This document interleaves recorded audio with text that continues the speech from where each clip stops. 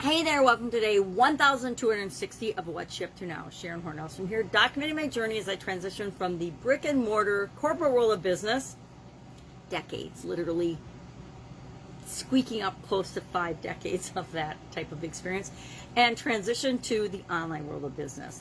In 2017, after my divorce, I had the opportunity to divest myself of all my businesses with the ex and decide what I wanted to do with my life. I could have gone back to corporate America, but that wasn't very appealing at 50. Or I could have started another business without my ex-husband, but that was something I'd been there, done that, and I wanted to look at and explore something I'd always been curious about, and that was the internet, the online world, the World Wide Web. I'd always dabbled a little bit on the side, but never really done much with it because I was too busy doing things offline, and I had not yet learned to appreciate the importance of, no matter what kind of business I was in or what kind of business you have or I had or have, it's important to have an online presence. It was, and you know, the internet, I think COVID-19, if it's given us anything, it has proven to us as business owners and individuals the importance of creating an online presence, either or on social media or with our own websites or funnels or however you choose to show up online. But it makes it critical that people can find us, understand us, get to know about us, and in order to do business with us, in order that we can continue to provide for ourselves no matter what's happening in the world around us, because we can't control that. We really don't have the ability to control things around us, things that happen outside of us, but we do have the ability to control our reaction, our response to it. And no matter what's going on in the world, you know, short of the internet going down and electricity and things falling apart totally, it allows us the ability to create value in the world. And money is an exchange of value. So if we want money, if we want resources to expend in other ways, we need to have ways to be able to do that. And the internet is an incredibly powerful way to do that, primarily because of the low barrier to entry.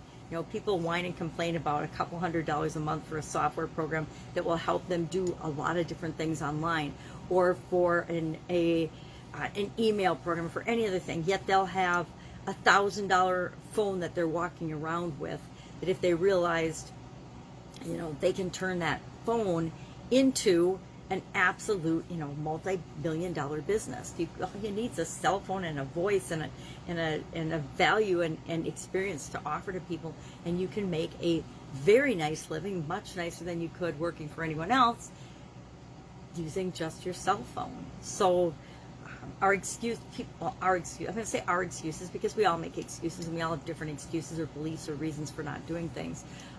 Not becoming a mover and shaker. Our idiom for today was mover and shaker.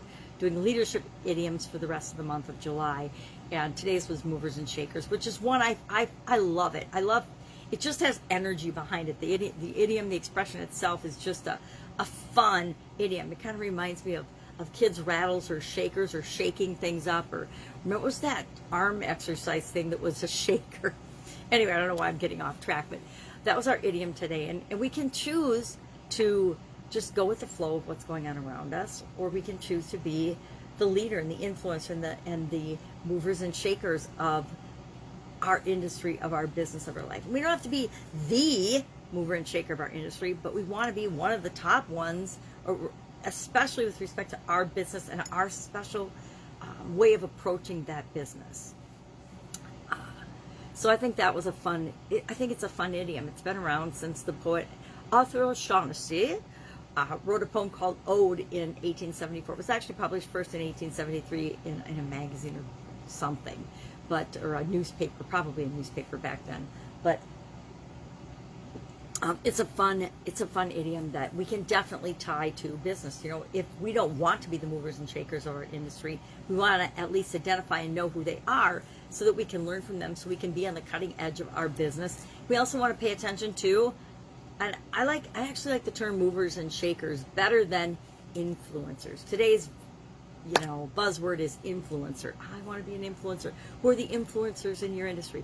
Well, heck, who are the movers and shakers in your industry? Who are the people that are really doing and making a difference? Who are the go-getters? Who are the people that are changing the world because they're at the leading edge of your industry or another industry. Because guess what? We can learn so many things from other industries.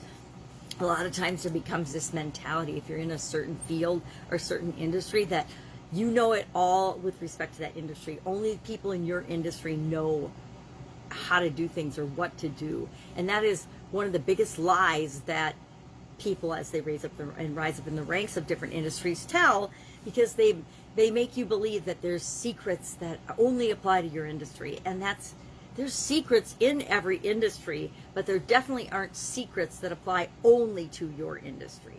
There's a whole lot of cross-pollinating and a whole lot of cross-training and a whole lot of learning that we can acquire and wisdom we can get by learning from other industries. I think that's one of the things I've loved best about my experience in my career and my past, is that I have been involved in a lot of different industries and a lot of different businesses.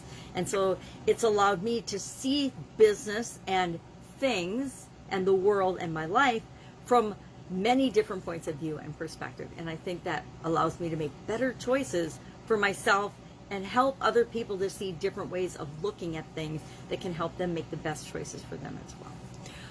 Our annual challenge today are all about you, 365-day challenge to do one thing every day that centers us, which the title of this book, this metal printing was not very good, it's obviously wearing off, was a two-part one about knowledge and wisdom.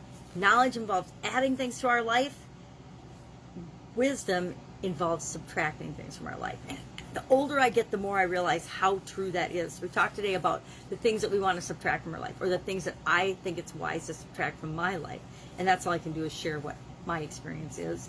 And I said things like negative beliefs, limiting beliefs, negative emotions like doubt, worry, fear, anger, judgment, prejudice, hate. What else did I put? Fear, uncertainty, lack, scarcity, all the things that we don't want to feel.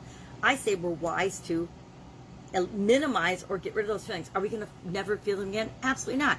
We're all going to get angry sometimes, right? We're all going to get jealous sometimes. We're all going to pass judgment sometimes. But if we are more consciously aware of when we're experiencing those negative emotions, we are more in control and much wiser, and we will make much wiser choices and reactions. Get Up and Go Challenge, August 1st. It's already getting to be the middle of July, so pretty soon I'm going to start getting fidgety. I need to find time that I can carve out. And this week, my granddaughter's only going to be with me Monday and Tuesday, today and tomorrow. And then I'll have the rest of the week to really focus on the next free 30-day Get Up and Go Challenge. It'll be on the Get Up and Go Facebook page, of course. And we have a private group by the same name, Get Up and Go Challenge, where we can actually share as a more protected group our thoughts, our feelings, our homework, ask questions, get our questions answered, get some good coaching from myself and from other people that are in the challenge. But I need to, this is our 8th 30-day free challenge, and so I want to make sure that I go back over the previous 7 and pull out the bits and pieces that work really, really well, so that I'm only including the really good, juicy stuff in this free challenge. And it isn't that everything in the previous challenges hasn't been good, but every time I do it, I think it gets better and better and better. It's called continuous improvement, one of my core beliefs. So we'll be doing that in August. I need to really decide just on the framework and the format and some things I want to do with it, some little things that we do to make it a little more fun and engaging. I know I have to change my covers on my social media. I have to change the dates and things.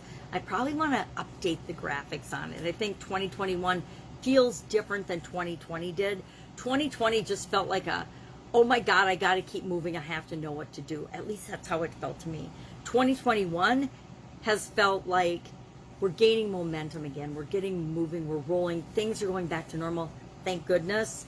And people are a lot more confident and feeling better about life and health and one another than they were in 2020. 2020 was all about making people afraid and controlling them. 2021 is about us busting out, getting to know ourselves, and creating what it is that we want in our life. No matter what kind of goofy craziness is going on in the world, we have more control than we ever, that other people try to let us think we have a lot more control than other people lead us to believe. And I say we all need to take back that control, create the lives we want, and say no to the nonsense and the things that are just goofy, crazy, and that we don't believe in. All right, that's it. Have an awesome day. If I can help you in any way, ask in the comments below. I've got direct messaging turned on for this particular video, so you can just message me directly if you have a question or a thought or a feeling or an idea, or if you're stuck and you don't have anybody to ask. I might not know the answer.